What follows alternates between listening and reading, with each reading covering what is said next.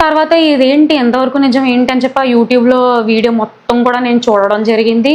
వెంటనే ఫోన్ చేశాను. ఎందుకిలా తిట్టాల్సొచ్చింది నువ్వు? ఏంటి? అని చెప్పి అంత స్మూత్‌గా కూడా అడగలేదు నేను. చాలా గట్టిగానే తిట్టుకుంటూనే మాట్లాడాను. ఆ టైంలో మా చెల్లి "నువ్వు ఏం జరిగింది? ఏంటి?" అని కొంచెం కామ్‌గా మాట్లాడితే నేను చెప్తాను గదా! "నువ్వెందుకు అంత గట్టిగా మాట్లాడుతున్నావు? అసలే నేను బాధలో ఉన్నాను. అసలే డిప్రెషన్‌లో ఉన్నాను.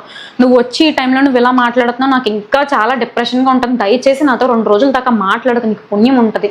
అని చెప్పి స్టిల్ ఈ రోజు వరకు కూడా నాతో మాట్లాడట్లేదు. అసలు ఏం జరిగింది అనేది అక్కడ ఆ పిల్ల చాట్ చేసిన ఆ పిల్లకి తెలుసు. ఆ పర్సన్ ఎవరైతే ఉన్నారో వాళ్ళిద్దరి దాకా తెలుసు. నన్నొచ్చి "నీకు తెలీదా? అద్దరు సొంతక్క చెల్లెళ్ళే గదా! నీకు ఆ మాత్రం తెలీదా?" అనంటే, సొంతక్క చెల్లెళ్ళమే నేను కాదు అనట్లేదు. బట్ నాకు పెళ్లయింది. నేనొక సెపరేట్‌గా మా హస్బెండ్‌తో ఒక వేరే ఇంట్లో ఉంటున్నాను. ఆ టైంలో నేను లేను. ఉండుంటే నేను చెప్పుండేదాన్ని. సరే ఇలా జరిగింది.